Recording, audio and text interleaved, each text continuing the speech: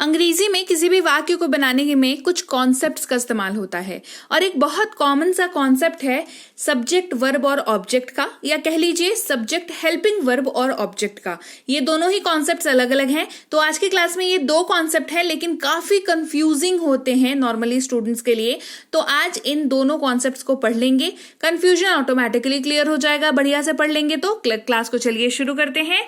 हमारी ऐप, हमारी paid class, हमारी किताबों से जुड़ी किसी भी जानकारी के लिए इस नंबर पर व्हाट्सएप मैसेज कर लीजिएगा।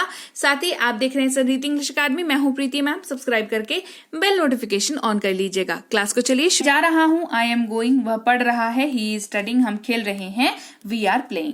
नॉर्मल सा वाक्य है, नॉर्मल सा वाक्य है, पढ़ पा रहे हो, नॉर्मल सा वाक्य है। लेकिन अभी मैं कहूं कि इसको तोड़ के मेरे को बताओ इसमें सब्जेक्ट क्या है, वर्ब क्या है, ऑब्जेक्ट क्या है, तो फिर दिक्कत आ जाएगी। क्योंकि ये ऐसा कॉन्सेप्ट है जो मैंने देखा है कितने मतलब अच्छे खासे पढ़े लिखे बच्चे नहीं बना पाते हैं इसको, कि मैम हमें तो नहीं पता सब्जेक्ट क्या है, मैम हमें नहीं समझ आ रहा है इसमें हेल्प कौन सा, हेल्पिंग वर्ब क्या है, मैम हमें नहीं पता इसमें वर्ब कौन सा है। तो समझो कि कोई काम नहीं हुआ है। समझ रही है, आ रही है बात समझ में? तो सब्जेक्ट क्या होता है ये जान लो। सिंपल वाक्य, सिंपल शब्दों में अगर कहें, वाक्य में जो काम करने वाला होता है वो सब्जेक्ट कहलाता है। देखो वाक्य में कुछ काम हो रहा होगा, या तो आप कर रहे होंगे, या तो कोई और कर रहा होगा, या तो कोई सामान कर रहा होगा, या तो कोई हालात कर रहा होगा, कुछ तो हो रहा होगा वाक्य में। तो वो काम जो भी कर रहा है वो सब्जेक्ट कहलाता है। ठीक है, जैसे मैं जा रहा हूं, सब्जेक्ट को हिंदी में विषय कहते हैं। ठीक है, मैं जा रहा हूं, तो इस वाक्य में जो काम है वो जाने का हो रहा है, लेकिन जा कौन रहा है? मैं। ठीक है, तो आई एम गोइंग, तो मैं सब्जेक्ट है, आई सब्जेक्ट है। अंग्रेजी वाले में आई सब्जेक्ट है, हिंदी वाले में मैं सब्जेक्ट है। ठीक है, वह पढ़ रहा है, अगला वाक्य देखो। अब इसमें बताओ कौन सा सब्जेक्ट है। काम क्या हो रहा है? पढ़ने का हो रहा है, लेकिन पढ़ कौन रहा है? वह पढ़ रहा है। तो वह हमारा सब्जेक्ट हो गया हिंदी वाले वाक्य में। ही इज स्टडिंग, ही हमारा सब्जेक्ट हो गया अंग्रेजी वाले वाक्य में। हम खेल रहे हैं या हम लोग खेल रहे हैं, जो कह लो, तो हम हमारा सब्जेक्ट हो गया, वी हमारा सब्जेक्ट हो गया। ठीक है, ये हमारा सब्जेक्ट है, विषय है। तो आप इसको कैसे पहचानेंगे? वाक्य से पूछेंगे कौन सब्जेक्ट है, आप वाक्य में कौन, ये काम कौन कर रहा है, तो जो जवाब मिलेगा वो सब्जेक्ट होता है। ये शॉर्टकट है इसको पता करने का। इसके बाद क्या होता है? इसके बाद होता है क्रिया, क्रिया वर्ब, या कह लीजिए मेन वर्ब, है ना। ये क्या होता है? तो शॉर्टकट में याद रखिए, वाक्य में जो काम हो रहा है वो वर्ब कहलाता है, वो क्रिया क्या, क्रिया मतलब क्या होता है? कोई काम, क्रिया, है ना। तो जो काम हो रहा है वो वर्ब है, वो क्रिया है। ठीक है, जैसे मैं जा रहा हूं, सेम वाक्य का एग्जांपल लेके चल रही हूं, अलग वाक्य नहीं है, तो कंफ्यूजन कहीं पे भी नहीं होनी चाहिए। अभी मैं तपाक से बोलूं कि इन तीनों वाक्यों में मुझे सब्जेक्ट बताओ, तो तीनों कमेंट करके बताओ, सारे के सारे तीनों वाक्य का सब्जेक्ट बताओ मुझे अभी, राइट नाउ। वीडियो पॉज करो, सब्जेक्ट बताओ, इस तीन वाक्य का सब्जेक्ट क्या है, क्योंकि सब्जेक्ट मैंने अभी जस्ट पढ़ाया तुमको। ठीक है, वीडियो पॉज करो, कमेंट करके बताओ। अब आगे बढ़ते हैं। अब हम क्रिया पढ़ रहे हैं कि वाक्य में क्या काम हो रहा है। मैं जा रहा हूं, क्या काम हो रहा है? जाने का काम हो रहा है। तो जाना, गोइंग, ये क्रिया है हमारा। पढ़ रहा है, वह पढ़ रहा है, क्या काम हो रहा है? पढ़ने का काम हो रहा है, पढ़ने का काम हो रहा है। तो स्टडी हमारा क्रिया हो गया। खेलने का काम हो रहा है, हम खेल रहे हैं, खेलने का काम हो रहा है, तो प्ले हमारा क्रिया हो गया। खत्म। अब अगला आता है वाक्य में विषय वस्तु, विषय वस्तु, जिसको ऑब्जेक्ट कहते हैं, अदर वर्ड्स कह के बताते हैं स्ट्रक्चर में, है ना। वाक्य में किए गए काम का असर जिसके ऊपर हो रहा होता है वो ऑब्जेक्ट कहलाता है। अगर खेल रहे हो फुटबॉल के साथ, तो फुटबॉल, तुम्हारे खेलने का असर फुटबॉल के साथ, फुटबॉल पर हो रहा है, और वो इधर उधर नाच रहा है फुटबॉल, है ना, क्योंकि तुम लात मार रहे हो उसको, राइट। पढ़ रहे हो तो किताब का चैप्टर खत्म होता जा रहा है, तो किताब पे तुम्हारे पढ़ने का असर हो रहा है, किताब का सिलेबस खत्म हो जा रहा है तुम्हारा। ठीक है, ये हो रहा है। यहाँ पर ऑब्जेक्ट कौन है? किताब हमारा ऑब्जेक्ट है। ठीक है, तो तुम्हारे काम का असर जिस पे हो रहा हो, या वाक्य के काम का असर, वाक्य में जो काम हो रहा है उस काम का असर जिस चीज पे हो रहा है वो अदर वर्ड्स कहलाता है, या ऑब्जेक्ट कहलाता है, या हिंदी में कह लो विषय वस्तु कहलाता है। ठीक है, अब अभी इसको एक्सप्लेन करने से पहले वीडियो पॉज करो, और ये जो तीन वाक्य हैं, इन तीनों वाक्य में मुझे तुम कमेंट करके सब्जेक्ट बताओ और वर्ब बताओ। ठीक है, अब आगे वाक्य है मैं पार्क जा रहा हूं, क्या वाक्य है? मैं पार्क जा रहा हूं। तो तुम्हारा जाने का असर, तुम जाओगे तो कहां पहुंच जाओगे? पार्क पहुंच जाओगे। तो पार्क में अब तक तुम नहीं थे, लेकिन घर से चलना शुरू किया और पार्क पहुंच गए, तो अब आप पार्क में हो। तो आपके आने का असर, आपके जाने का असर किसके ऊपर हुआ? पार्क पे हुआ। वहां की जनसंख्या बढ़ गई। पार्क हमारा विषय वस्तु है।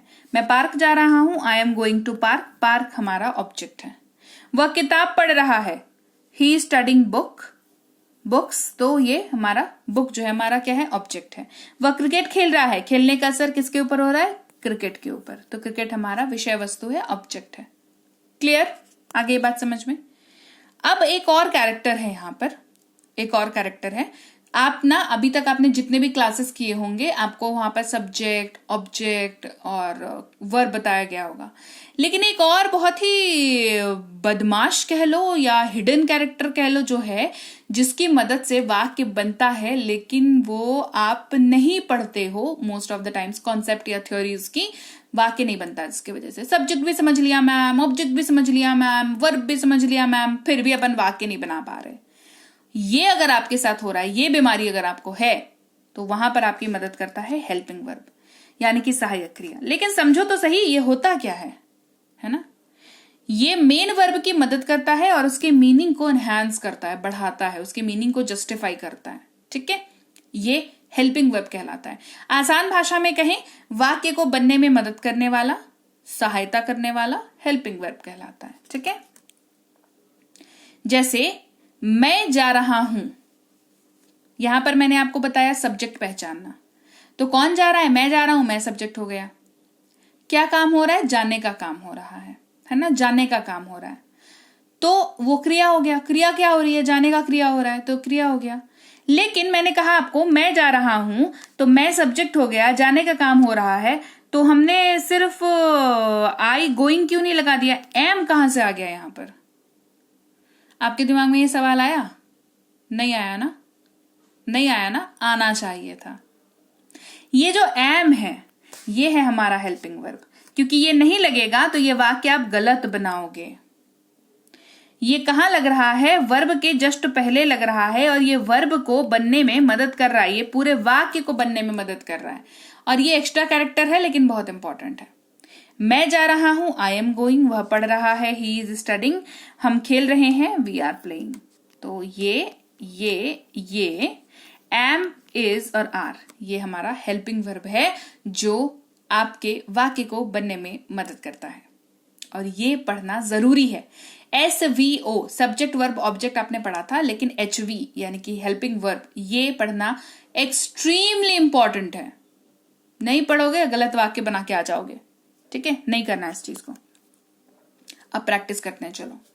मैं थका हुआ हूं, आई एम टायर्ड। सब्जेक्ट बताओ, ऑब्जेक्ट बताओ, हेल्पिंग वर्ब बताओ। कमेंट करके बताओ भाई। आप एक छात्र हैं, you are a student. Subject बताओ, हेल्पिंग वर्ब बताओ, ऑब्जेक्ट बताओ। हम पार्टी के सदस्य हैं, we are party members. Subject बताओ, हेल्पिंग वर्ब बताओ, ऑब्जेक्ट बताओ। और याद रखना, इस वाक्य में वर्ब नहीं है। ये इसलिए कराया ताकि आप हेल्पिंग वर्ब पहचान पाओ, क्योंकि वर्ब हमें पता है क्या होता है। हेल्पिंग वर्ब पहचानना इज द की, है ना? फटाफट से होमवर्क है ये आपका। बताओ। वे बिजी हैं, दे आर बिजी।